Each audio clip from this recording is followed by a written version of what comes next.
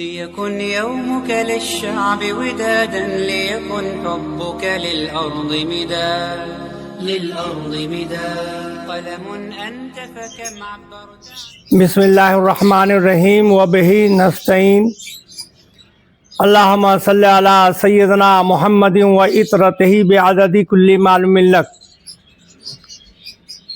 ابھی جو بے چینی سارے عالم دنیا میں مسلمانوں کو جو ہے بے چینیاں ہیں، اس کی صورتحال وہ یہ ہے کہ ہم لوگوں نے اللہ اور اللہ کے رسول صلی اللہ علیہ وسلم کے دین شریعت کو چھوڑ دیا ہے اور اخلاق، معاملات اور معاشرت اور عقائد اور عبادت میں جو زلزلہ آیا ہے، صورتحال یہ ہے کہ ہم لوگ عبادت کو صرف نماز، روزہ، حج، زکوٰۃ پر محدود کر دیا ہے. اصل یہ عبادت عادت ہے. عبادت تو فجر سے ظہر تک کے درمیان میں آپ جو روڈ پر ہیں، گھر میں ہیں، بیوی بچوں میں ہیں، مسافرت میں ہیں، مسافر بنے ہوئے ہیں، ان حالات پر آپ جو زندگی گزاریں گے اس کا نام اصل دین ہے. آپ کا ہاتھ کیا کام کر رہا ہے، آپ کا دماغ کیا سوچ رہا ہے، آپ کا زبان پر کیا الفاظ ادا ہو رہے ہیں، آپ سفر میں ہیں یا اپنے گھر میں ہیں تو بیوی بچوں میں کیسے ہیں.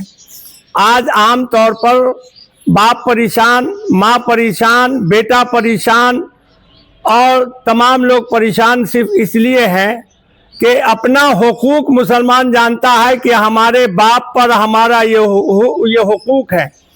اب باپ جانتا ہے کہ بیٹے پر میرا یہ حقوق ہے، بیوی جانتی ہے کہ ہمارے شوہر پر یہ حقوق ہے، اور شوہر جانتا ہے کہ ہمارے بیوی پر یہ حقوق ہے.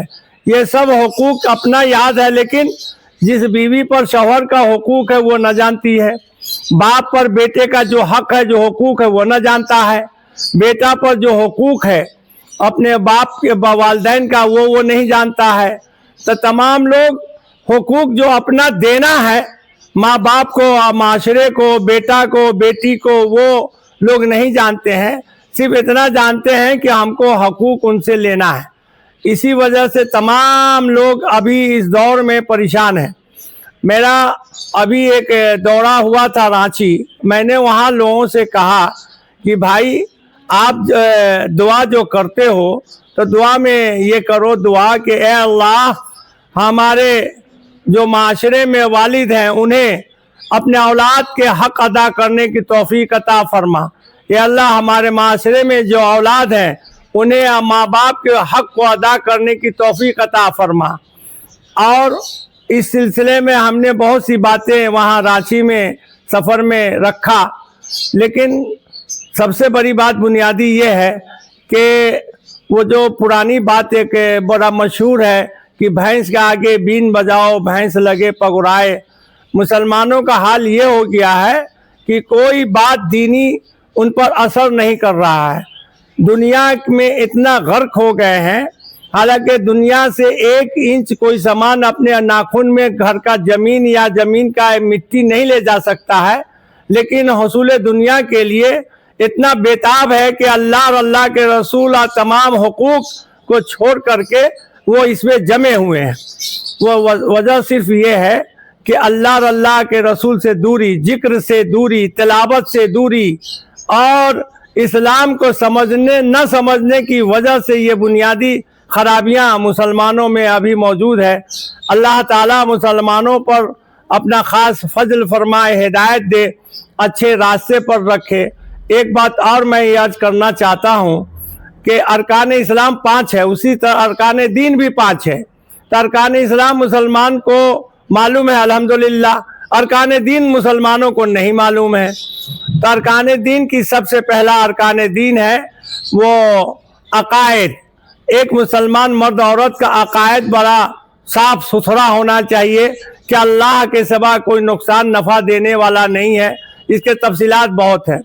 دوسرا ارکان دین ہے عبادات. عبادات اس کو کہتے ہیں جو سرکار دو عالم صلی اللہ علیہ وسلم سے ثابت ہے. جیسے کہ بہت سے لوگ یہ بیان کرتے ہیں، امام ابو حنیفہ رحمۃ اللہ علیہ 40 سال عشاء کے وضو سے فجر کا نماز ادا کیے. تو یہ عبادت نہیں ہے، یہ ریاضت ہے. ان کا ذاتی اللہ سے تعلق کے بنیاد پر انہوں نے ایسا کیا. اس کو عبادت نہیں کہا جا سکتا، یہ ریاضت ہے. ان کی ذاتی فکر ہے، ذاتی ان کا زندگی ہے، ذاتی ان کا تعلق ہے اللہ اور اللہ کے رسول سے. اس وجہ سے وہ انہوں نے ایسا کیا کہ عشاء کے نماز سے رات بھر سوئے نہیں اور فجر کے نماز ادا کیا.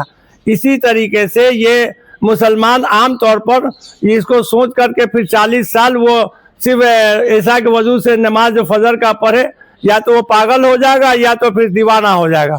اس لیے کہ وہ پہلے کی طاقت، قوت اور ایمان آج کے مسلمانوں کے پاس نہیں ہے. تو دوسری جو ارکان ہے، وہ ارکان جو ہے اس کا نام ہے عبادات. عبادت صرف وہ ہے جو سرکار دو عالم صلی اللہ علیہ وسلم سے ثابت ہے. تیسرا ارکان دین یہ ہے کہ اخلاق آدمی کو بہت اونچا ہونا چاہیے.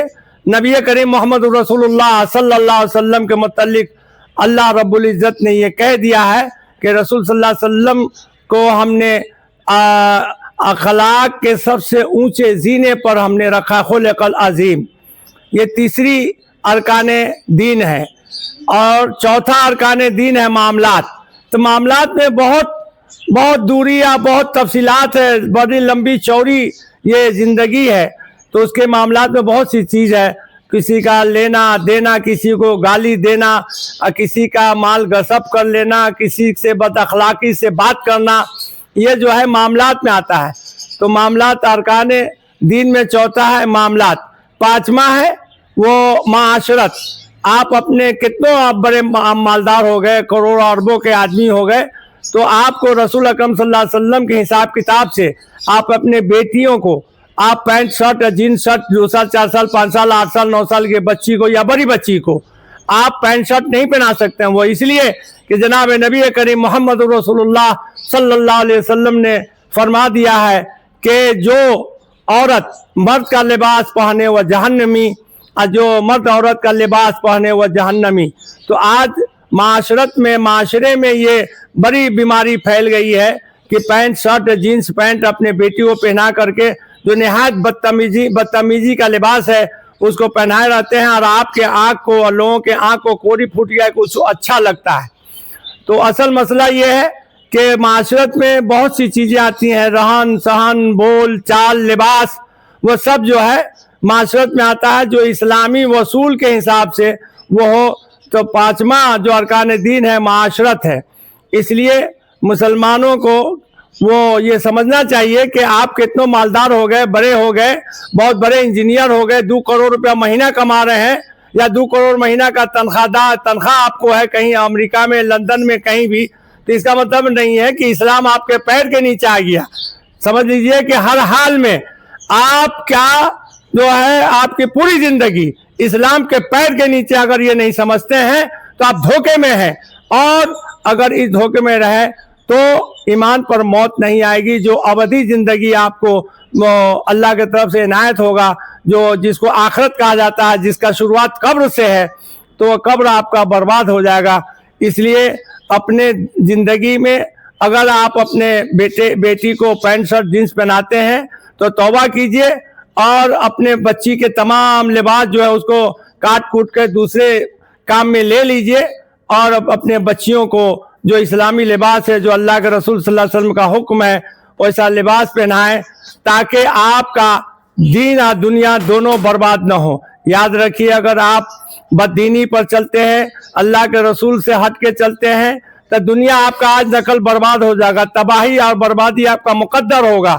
اور ہم نے بہت سے لوگوں کو سمجھا، ایک صاحب کو سمجھاتے نہ سمجھے تو 5 فٹ کی دوری وہ کم سے کم 25 منٹ میں طے کرتے تھے. ایسا زلزلہ آیا، وہ ایسا فالج مارا کہ وہ چلنے سے معذور ہو گئے، اور 10 قدم چلنے میں کم سے کم 2 گھنٹہ لگتا تھا. تو یہ اللہ کی پکڑ اللہ کے عذاب سے ہم سب کو ڈرنا چاہیے. اللہ تعالی ہم سبوں کو ہدایت دے اور اللہ تعالی ہم سبوں کو جناب نبی کریم محمد رسول اللہ صلی اللہ علیہ وسلم کی اطاعت میں، اللہ کی اطاعت میں زندگی گزارنے کی توفیق دے. والسلام علیکم ورحمۃ اللہ وبرکاتہ. محمد فرید الدین رحمانی، ساتپورہ، مظفر پور، بہار.